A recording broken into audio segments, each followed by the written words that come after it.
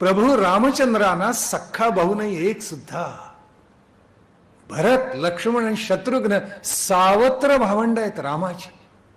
पण आज भावंडांनी एकमेकावर प्रेम कसं करावं तर या सावत्र भावांचा आदर्श आपण गातो. काय कौतुक आहे आपल्या राष्ट्राचं, केवढं विलक्षण आहे.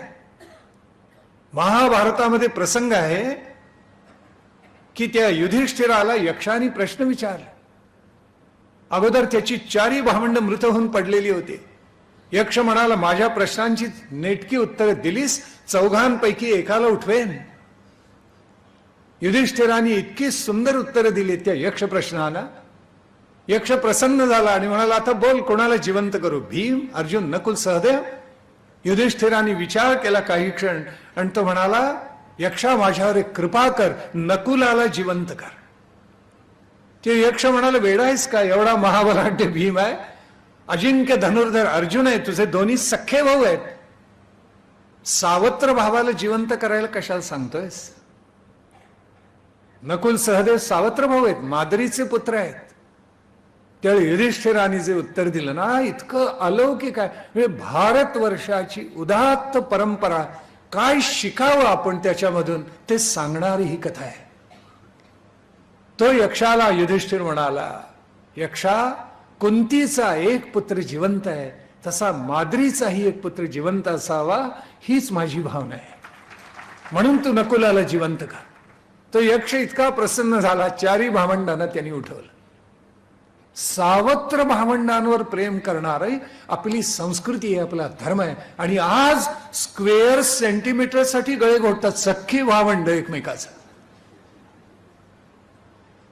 आणि बायको सगळ्यांचे, तुम्ही भोळे सांब, भाऊजी पक्के, घराघरात हेच संवाद. इतकं अधपतन आपल्या राष्ट्राचं व्हावं याचं नवल वाटतं मला खरोखर. आदर्श कुटुंब संस्था कशी असावी हे पूर्वजांनी आपल्यासमोर मांडून ठेवले. अथर्व वेदामध्ये इतकं सुंदर वचन आहे. अथर्व वेद सांगतो की नातं कसं असावं पिता पुत्राचं. पुत्राने किती आर्जवानं बोलावं पित्याशी, बहीण भावांचं, बहिणी बहिणीचं, मुला मुलाचं, आई मुलाचं नातं कसं असावं. असं कुटुंब हे कल्याण करतं समाज राष्ट्राचं अथर्ववेद सांगतो. इथे उत्तम मारला गेला आणि ध्रुवाला राग आला आणि त्यांनी यक्षांबरोबर भांडण मांडलं. अनेक यक्ष मारले त्यांनी युद्धामध्ये. शेवटी कुबेरांनी मध्यस्थी केली, महाविष्णूंनी मध्यस्थी केली.